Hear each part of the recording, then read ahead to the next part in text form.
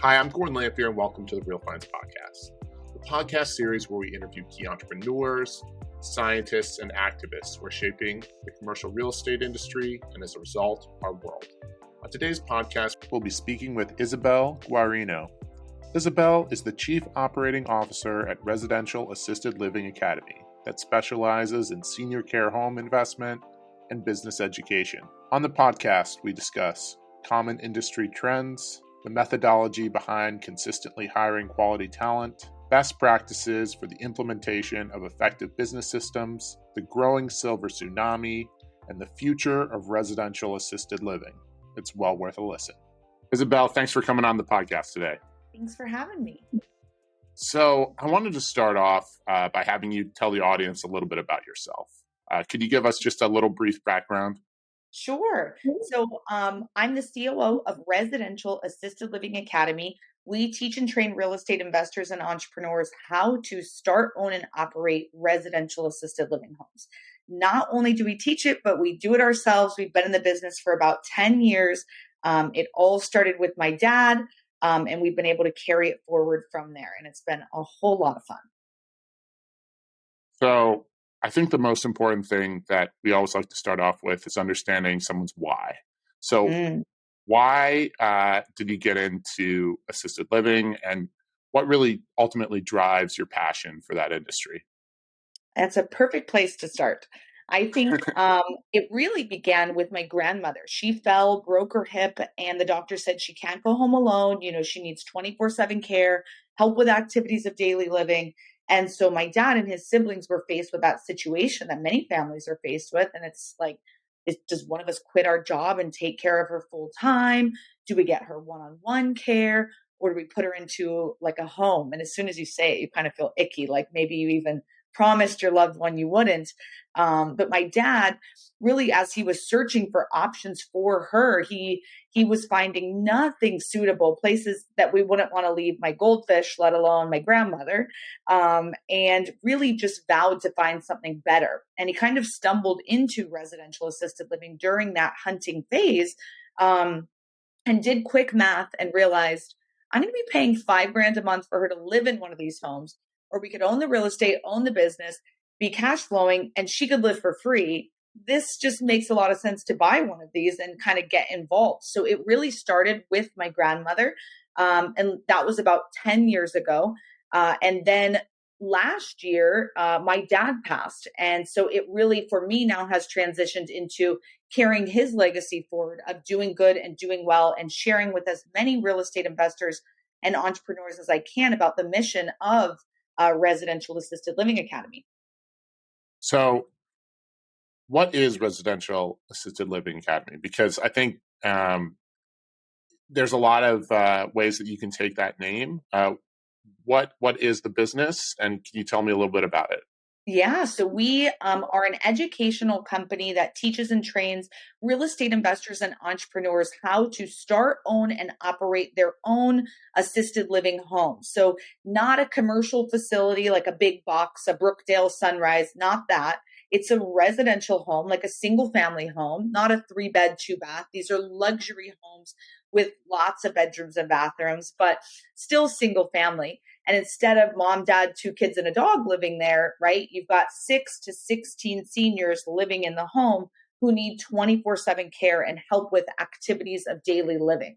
So at our trainings, we're showing real estate investors how to purchase or renovate the property and the business, how to hire their appropriate staff so that they don't have to run the business hands-on, and how to make sure that the seniors are getting the best of the best care and the caregivers are really doing what they're there for to do. So we teach people how to do that.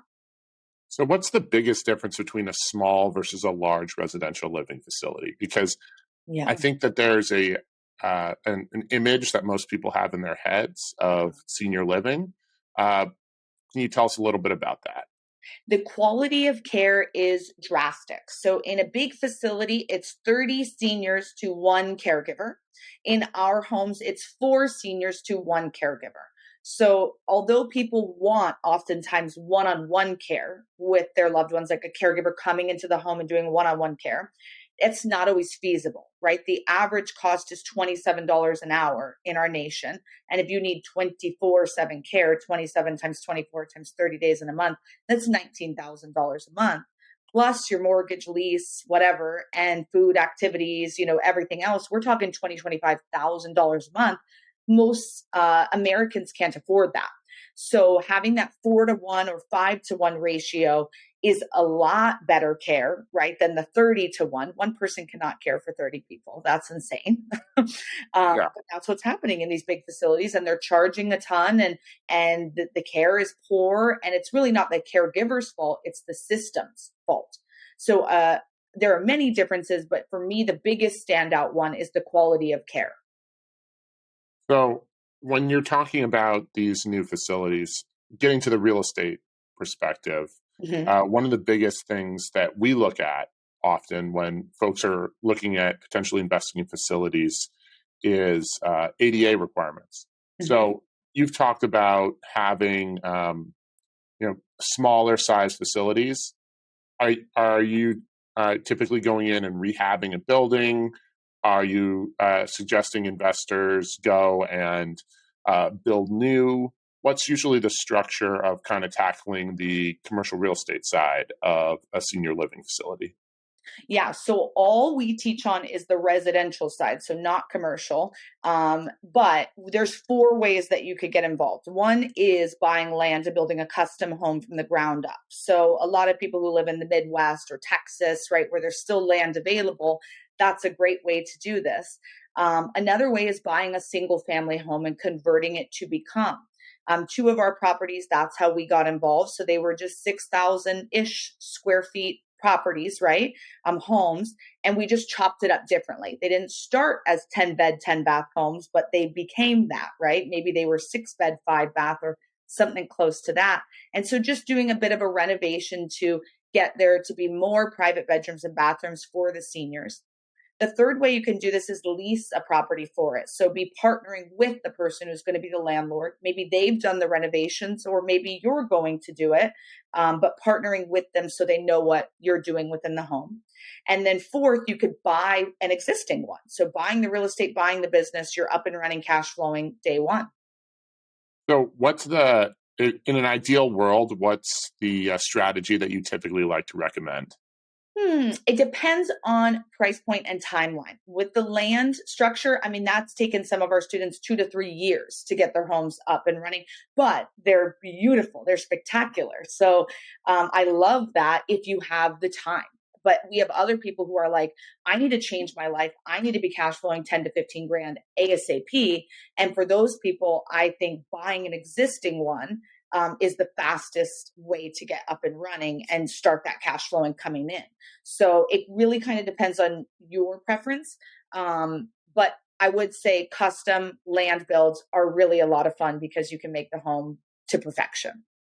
Like, we're working with a group right now who's purchasing land on behalf of. We're working for a bank and helping Yeah. them sell the land. And I can tell you this: it's going to be absolutely beautiful, the Yeah. facility that they're putting in, and we just hope that all the I's get dotted and all the T's get crossed, and we can get this done. So I can only say that that's the avenue that we've gone in the past. But I'm fascinated to hear how people go and create value for an Yeah. existing facility. So, what is the biggest gap you see typically in a current existing facility that someone comes in and purchases? 80% of residential assisted living industry right now is run mom and pop style, meaning the person who owns the business also lives and works in the home. They're typically from another country, an immigrant from another country, and they came over and they had heart for seniors, and they maybe said, I'll take in 1 to 2 seniors, and then it became 3, 4, 5, and now it's 10 seniors, and they're doing everything themselves. So when you're buying a business from someone like that, they're very attached to it, right? This is an emotional thing for them. It's not as transactional as if it was a true business owner operator, sale. So the emotionality involved, and then you're really having to completely redo their books because maybe there's a missing administrator because that's who they've been. And if you're going to run this as a business, you need to be hiring the proper people. So redoing the number, redoing all the numbers, seeing where they've been missing expenses, where they've been potentially adding expenses. The books is definitely the toughest one, the toughest part of buying an existing RAL. Look, finances are always difficult. That's why we have a nice CFO over here who helps us with all of our finance. I certainly couldn't do it alone. In terms of going and digging into the industry, I think one of the most important questions, and I'm going to come back to something that we probably should have talked about at the beginning, but I think is probably one of the most important questions to ask is, how does someone know if residential assisted living is for them? Because look, there's a lot of avenues that you can take in the business world. There's a lot of business opportunities out there. I'll tell you, for me personally, I love people, but I don't love people that much. I think I would struggle in that kind of a profession, but it's an absolute necessary profession. How does somebody know if residential living is kind of in their future? From the investor or entrepreneur perspective, for me, the highlights I see for people coming who are interested in learning more, almost always it's about making an impact. I would say it's someone who, typically our students in class are already business owners. They already make a ton of money. It's not the cash flow is exciting to them, but they're like, I'm over making money. Money becomes just money at the end of the day. And I want to leave an impact. I want to change the world. I want to change my community. And so I think having, that purposeful heart set is a really good place for people to start from. And then secondarily, we get a lot of people just like my dad who have a loved one who needs assisted living and they're disgusted with the options and they're looking for something different. And so they really want to create something for their own, family members, and maybe even themselves one day. Maybe they're like, I don't trust that my kids are going to put me in a great place. And they're like, I want to do something great that I could then live and pass on in and pass a blessing to my kids. So I think it comes from familial ties and making an impact. And that really kind of combination creates a really amazing new entrepreneur in this business. So ultimately, one of the things I know you really discuss a lot about is creating effective business systems. Mm-hmm. And I think regardless of industry, you can learn from pretty much any industry what methods and systems are kind of being applied. I'm curious, when you dig in and you guys are looking at a facility that's in progress, what are the first systems that you typically look at to change? I would say there are so many systems in a residential assisted living home, right? From the onboarding, the hiring and firing, dealing with all the independent contractors, and just all the contracts involved with not only the residents and their families, but also with, the licensing process. So I would say making sure all of those are intact. And then, like we talked about earlier, 80% of this is run mom and pop style. So a lot of times it's hard copy books, right? Nothing is systematized. Nothing is digital. And so really we like to come in and make sure that things are as digital as possible, because a lot of times that manual work is taking way too much time. And I like to teach people to work on their business, not in it. I spend 1 hour a week on the phone with my manager and I visit the home every other month. So I'm not hands-on at all. Most of the seniors and their families don't know me or know my name. They've never seen my face. They don't need to. I'm not a caregiver. I'm not a licensed administrator. Those are the staff members who are there on the day-to-day caring for the seniors. And that's who the family needs to know and trust and interact with, not me. I want to work high level on those systems so that we can be hands-off and everything runs smoothly. So I think from that perspective, digitalizing as many things as possible is always going to make it easier and better, from literally intake forms, building websites. Like a lot of these homes, if you buy an existing one, they might not even have a website. They might not have a Facebook page. It's so simple to do all those things and get everything in alignment. So now marketing is just happening without you even having to be out there, do everything. Look, I think we can go back to marketing and we can touch on digitalization because that's a reoccurring topic on this podcast. Mm-hmm. But what I think was interesting is you mentioned hiring and firing practices. Mm-hmm. And I think one of the things that's unique about the connection between both of our industries is that we're essentially ultimately managing people. We're service industry driven, be it a real estate company or be it a company that works with assisted living. How do you go about the hiring process? Because I can only imagine it's a difficult labor market still, regardless of where you think the economy is going. And it must be hard to find employees that are willing to work in the industry. How is it that you go about searching for and then sorting through employees that are going into the assisted living industry? We love the tool Predictive Index. Have you used that? I have not. So okay. It is amazing. It's more or less, I don't know how to describe it besides to say a personality quiz, but it's a 2-question quiz that will tell you who this person is naturally, who they feel they have to be at work, and how they're coming off at work. And the reason I love this tool is because if who they are naturally and who they feel they have to be at work are completely different profile matches, they're not going to have longevity in your job. That's that person who can't wait till Friday and hates what they do. And they're just like, this is the worst, it's because they're not using their skills of who they actually are. So finding people who not only have the actual match of who they naturally are with the job profile, but also those things matching, they feel like this is who I'm supposed to be. Now you get people who are happy in their role, who are using their God-given skills. And to me, that's amazing. So we love that tool. I literally won't even interview people unless they are a 9 out of 10 match on the predictive index for the job. So you can create different job profiles based on each role that you're hiring for. When it comes for us to interviewing, I also like to do working interviews for the caregivers. So I tell them, like, come in at outfit you don't mind getting messy in. It's going to be a 4-hour working interview. And they're not going into bedrooms, bathrooms, doing anything intimate as far as caring for the seniors. But I want them interacting with the staff, with the families that come in, with the residents. And I want to see them, because it's one thing to say you are a specific way. It's another thing to see it. And so I think that's really important. As well as getting references. I think nowadays, and especially in small business, people kind of throw that out the window. They're like, they've worked somewhere before, and they don't take the time to actually call those references.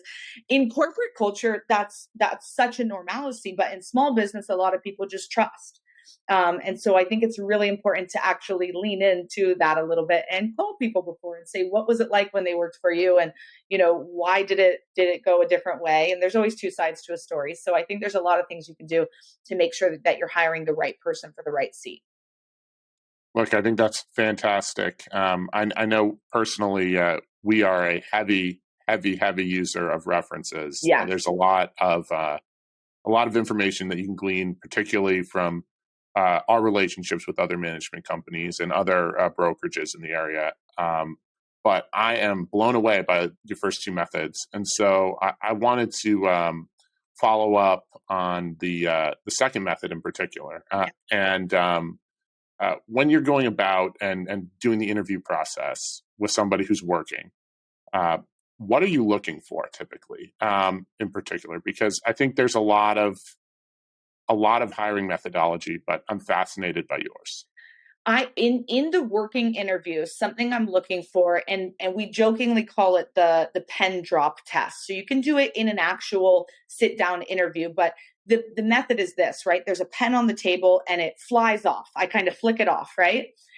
Does this person try to grab the pen? The floor is lava, right? Try to grab it as fast as they can. Do they kind of not even notice the pen? They're just looking dead at you. Or are they kind of doing this thing?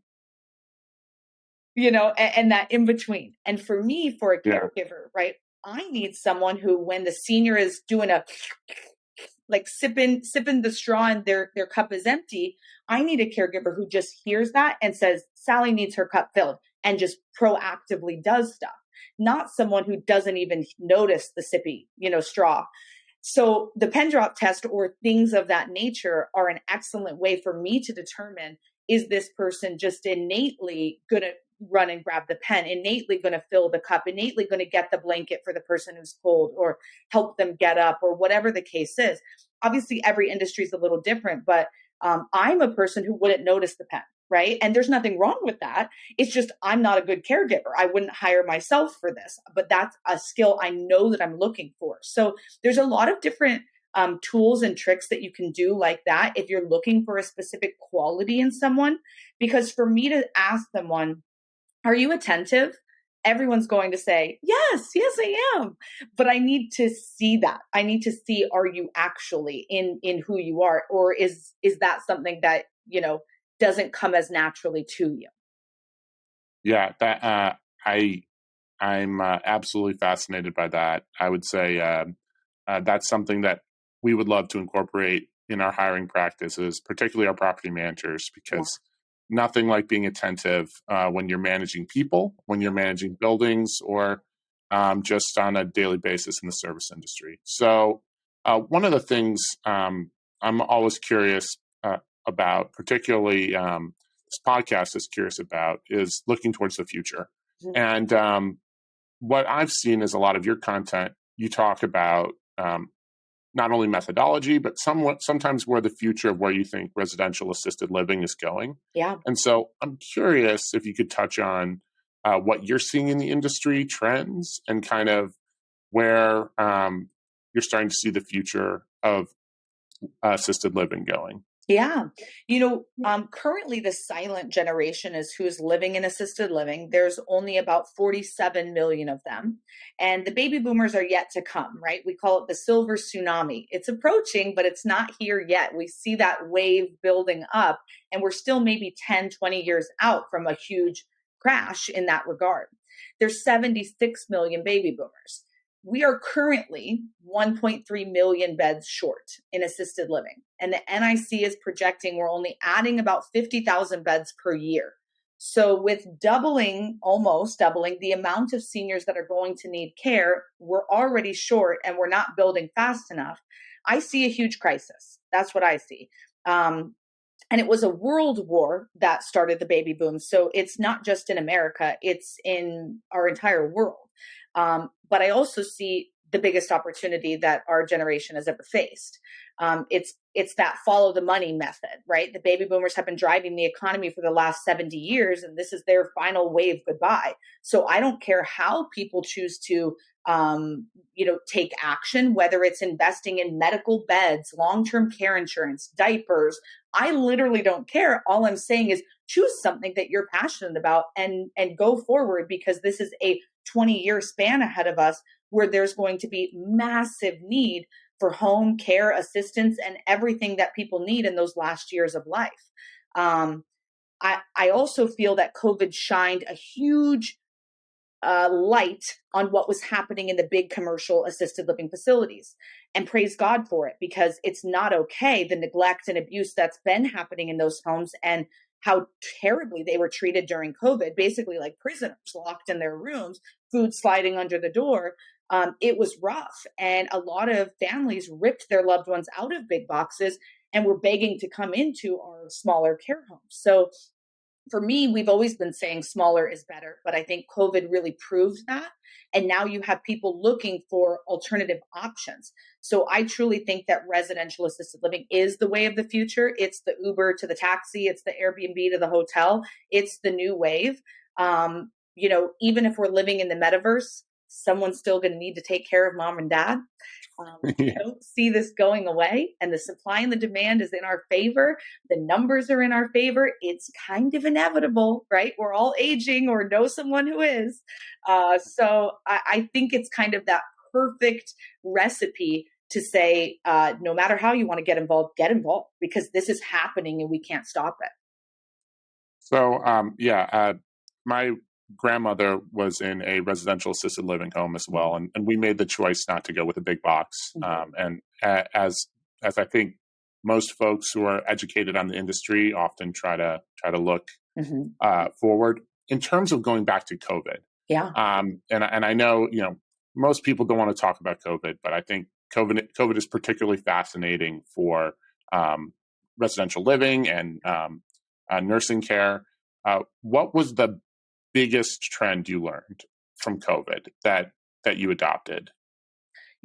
For us, because our homes are smaller, anywhere between 6 and 16 seniors is what's allowed in each state.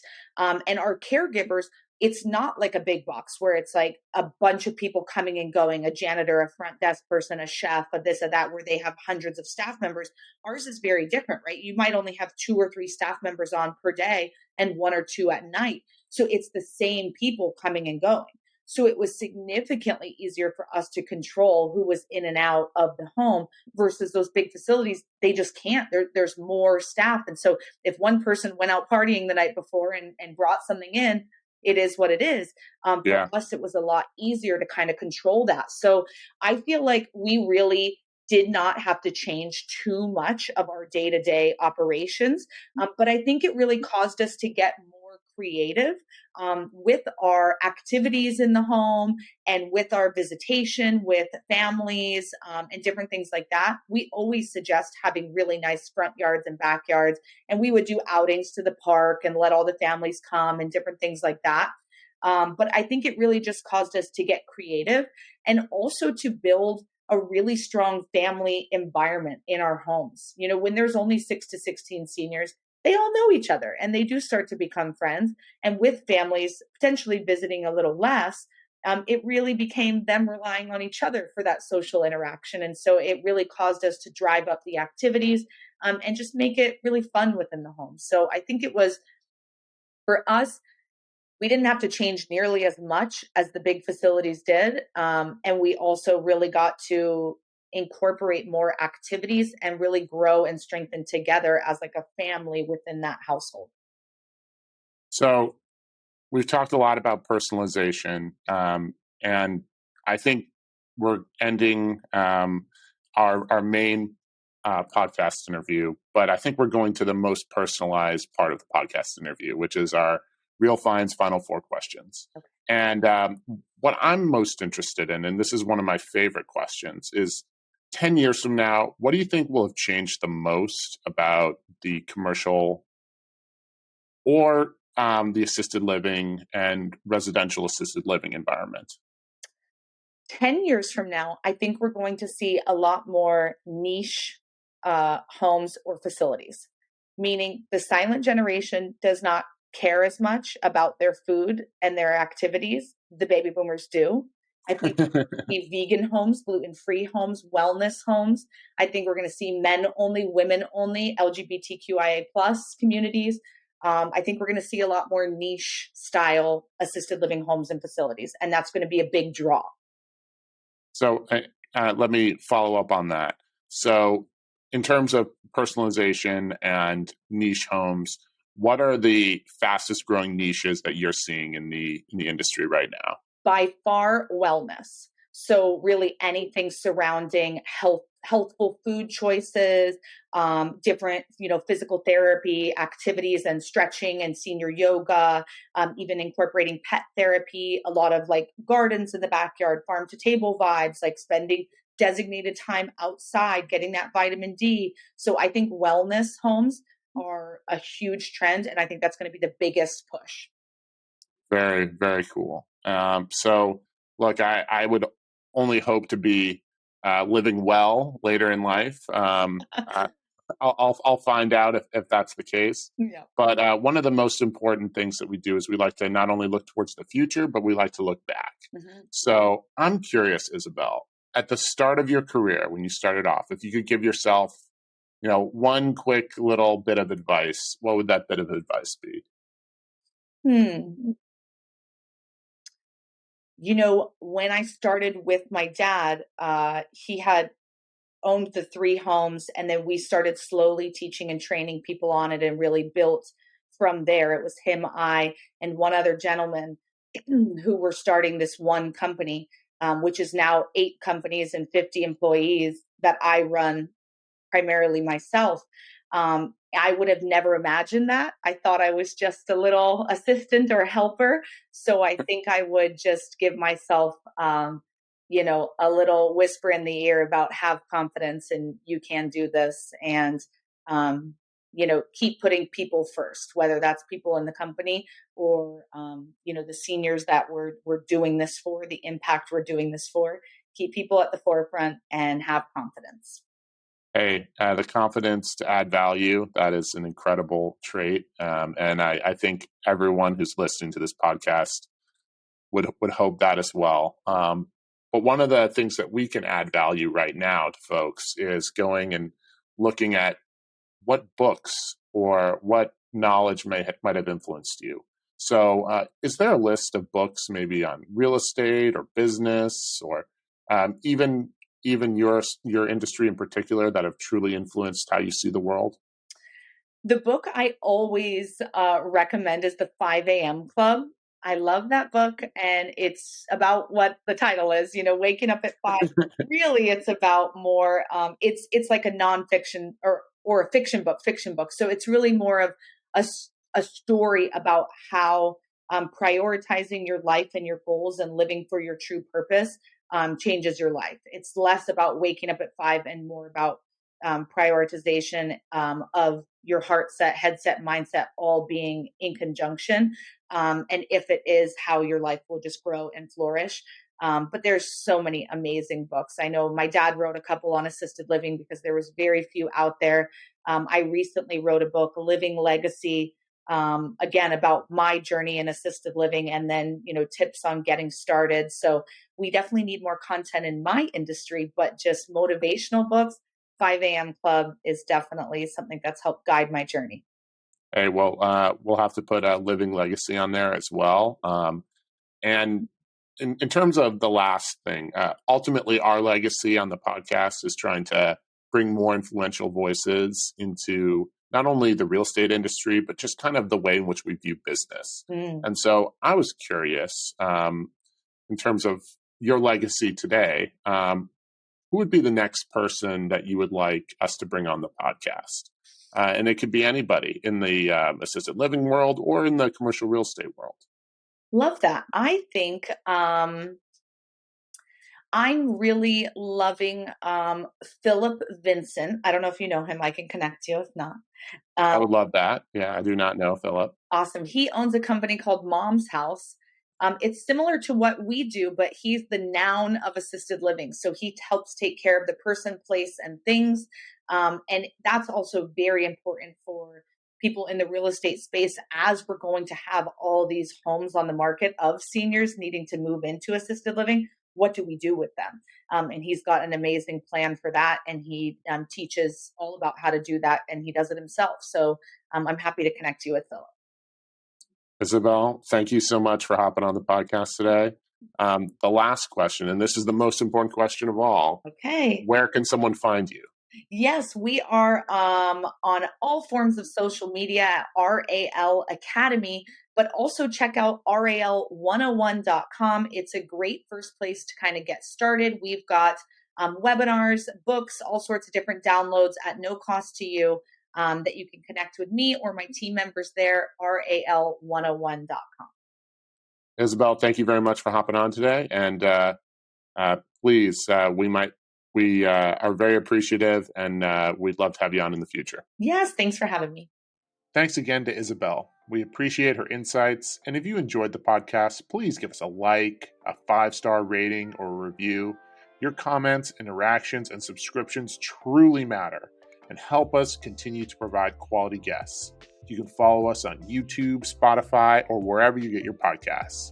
I'm Gordon Lamphere with the Real Finds Podcast. Thank you for listening.